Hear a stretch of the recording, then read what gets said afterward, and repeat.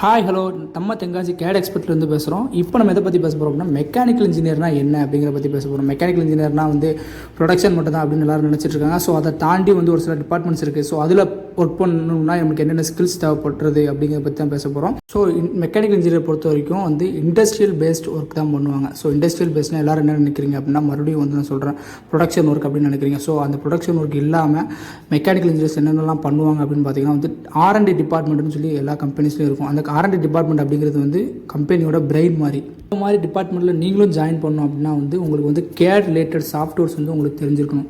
So தெரிஞ்சிருந்தால் மட்டும்தான் நீங்கள் அந்த மாதிரி கம்பெனிஸில் கேட் பேஸ் அப்படின்னு சொன்னால் 3D மாடலிங் சாஃப்ட்வேர்ஸ். ஸோ அந்த மாதிரி சாஃப்ட்வேர்ஸ் எல்லாமே நம்ம கேட் எக்ஸ்பர்ட் ட்ரைனிங் இன்ஸ்டியூட்டில் ட்ரெயின் பண்ணுறோம்.